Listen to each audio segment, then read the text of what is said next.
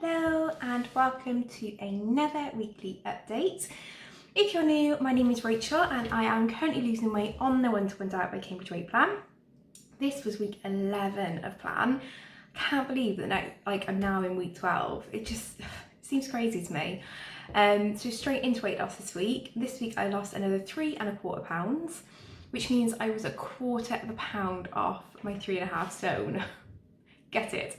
But that is the story of my life. I would always end up being like £0.5 pound away from goals. So I'll get it next week, it's fine.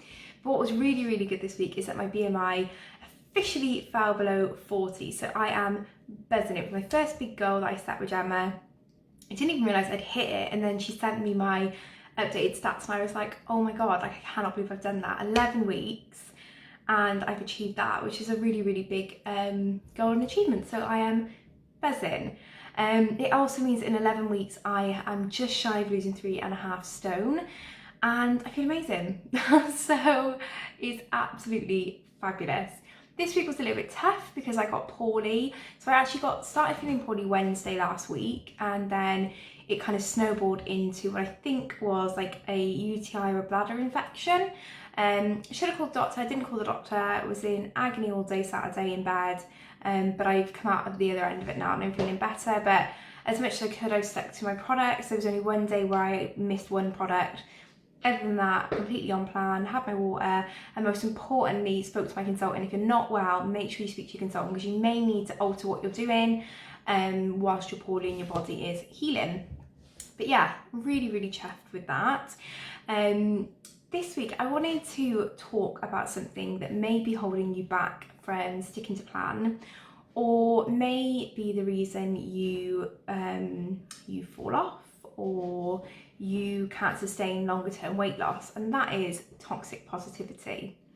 So toxic positivity was quite a new term for me. I've only really heard about it in the last 6 months, and I've been kind of looking into it, reading more about it, listening to other people's stories on how it's impacted their lives, and I definitely think it is something that we are all guilty of, not from a bad or malicious place, but we're all guilty of it.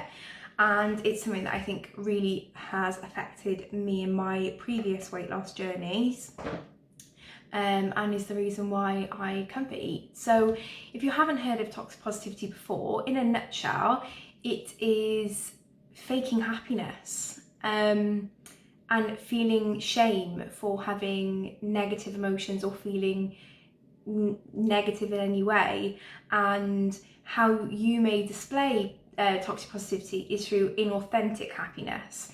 And I think this is really prevalent on social media. You know, we all say that Instagram, Facebook, YouTube, all of these social media platforms where we have large influencers and their lives just look perfect and they've just got this filter of like everything is okay and there's never any negativity shown on there, and that in itself is pushing toxic positivity because you are either overtly or inadvertently pushing that negative emotions are bad and there's something that we shouldn't have, and that we should just always have this air of positiveness about us. And whilst I agree that I think if you are in a slump or you are feeling down, trying to put your best foot forward, trying to put on a smile can help, it's not always helpful to tell people to do that, or to tell people, you know, it'll be okay, you'll get through it, you're strong, because then what you can be inadvertently saying to that person is you're not allowed to be weak, you're not allowed to have moments where you feel down or you feel sad. And I mean, how guilty are we of doing that to ourselves?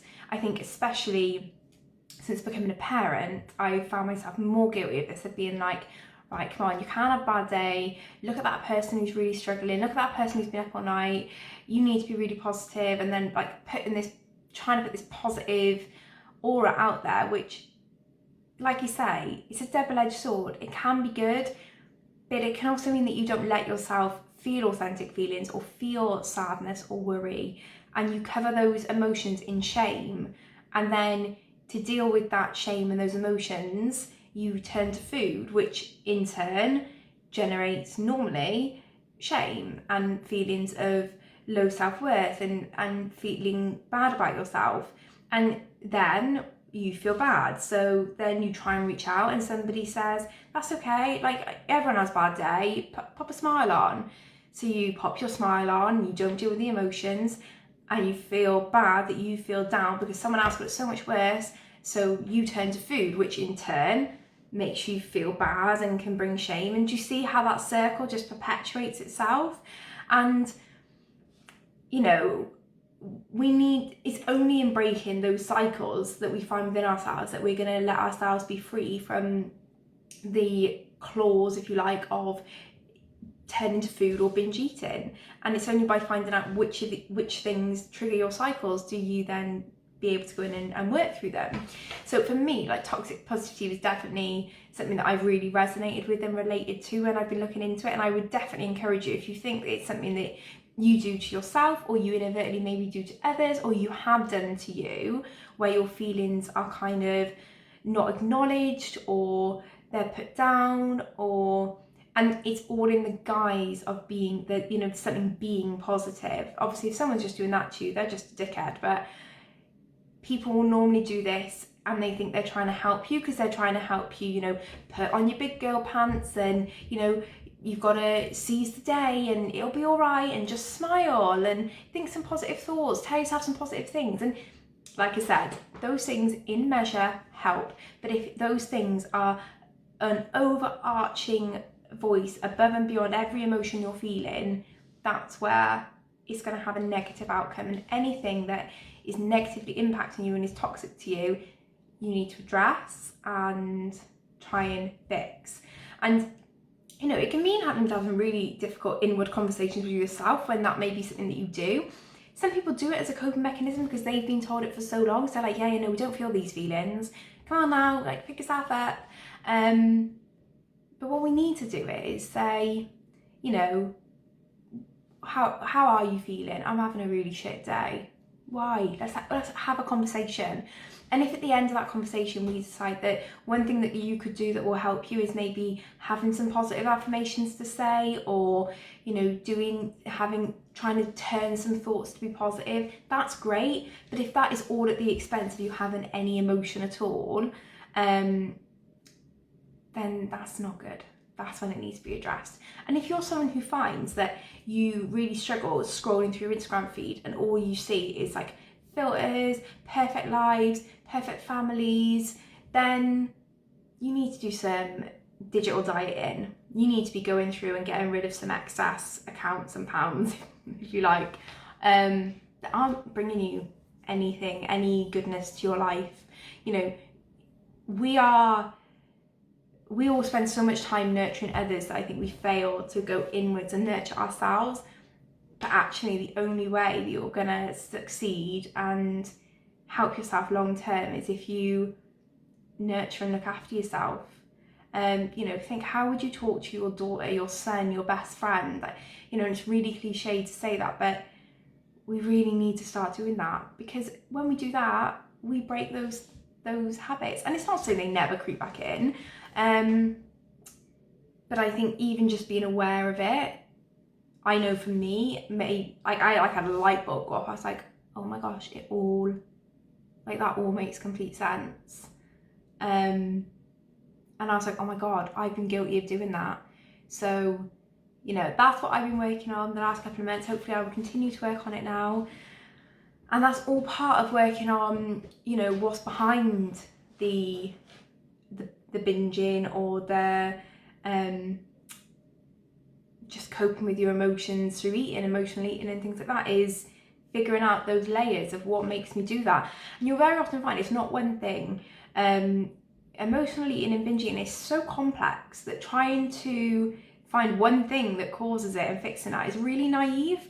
And that's not said in a patronising manner to anyone who's trying to work through this at the minute, but if it was that simple, we would fix that one problem and then we would never have an issue again.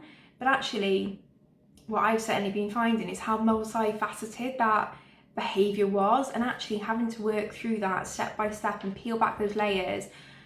It takes time, it's an ongoing thing, but I can honestly say since doing it, I've probably never cried as much, felt really had to feel like anxiety and emotions, but I've also never felt as clear-headed.